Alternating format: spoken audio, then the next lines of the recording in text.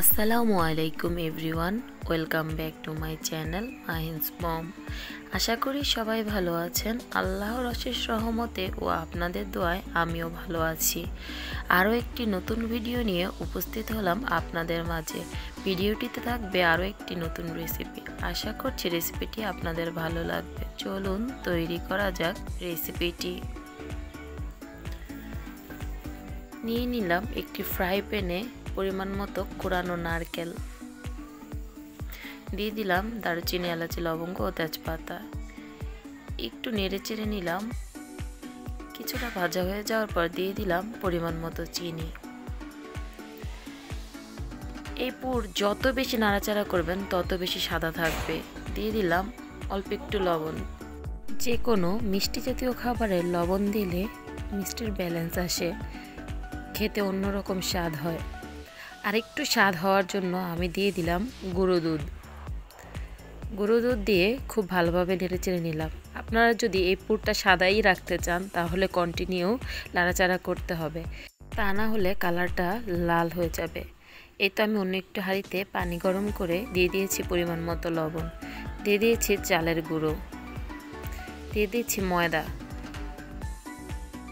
আমি এই আটাটা করার সময় চালের গুঁড়োর সাথে ময়দা দিয়েছি, কারণ পিঠাটা ফেটে যাবে না তৈরি করার পরে।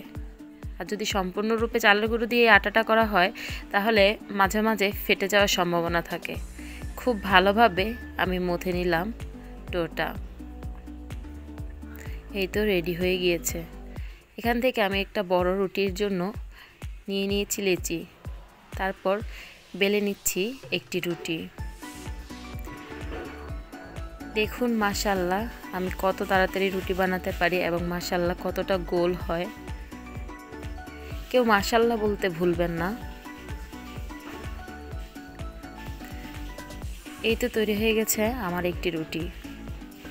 আমি এক পাশ থেকে পুর দিয়ে দিচ্ছি পিঠার, তারপর অপর পাশটা চেপে দিচ্ছি, আঙ্গুলের সাহায্যে চেপে দিলাম। তারপর পিঠা কাটারের সাহায্যে কেটে নিয়েছি একটি পিঠা। তারপর হাতে চেপে চেপে আমি পুলি পিঠার ডিজাইনটা করে নিচ্ছি। কিভাবে করে নিচ্ছি আপনারাই দেখে নিন। এ তো রেডি হয়ে গিয়েছে আমার একটি পিঠা। আপনাদের সুবিধার্থে আমি আরেকটি পিঠাও করে দেখাচ্ছি। একইভাবে আমি পিঠার পুরটা দিয়ে চেপে চেপে দিয়েছি, তারপর পিঠা কাটারের সাহায্যে কেটে নিচ্ছি, তারপর হাতের সাহায্যে চেপে চেপে ডিজাইনটা করে নিচ্ছি। এই ডিজাইনটা বলে বোঝানোর মতো কিছু না, আপনারা দেখে দেখেই শিখে নিতে হবে।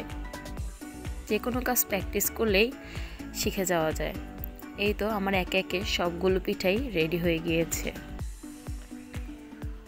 দেখুন কত সুন্দর হয়েছে পিঠাগুলো। অন্য একটা হাঁড়িতে আমি তেল গরম করে দিয়ে দিচ্ছি একে একে পিঠাগুলো। এই তো পিঠাগুলো কতটা ফুলে উঠেছে। এক পিঠ হয়ে যাওয়ার পর আমি একটি কাঠির সাহায্যে উল্টে দিচ্ছি পিঠাগুলো। যার যেভাবে পছন্দ সেভাবে আপনারা ভেজে নেবেন। আমার কাছে মনে একটু লাল লাল করে ভেজে নিলেই ভালো লাগে। যারা সাদা করে ভাজতে চান তারা আরও তাড়াতাড়ি উঠিয়ে ফেলবেন।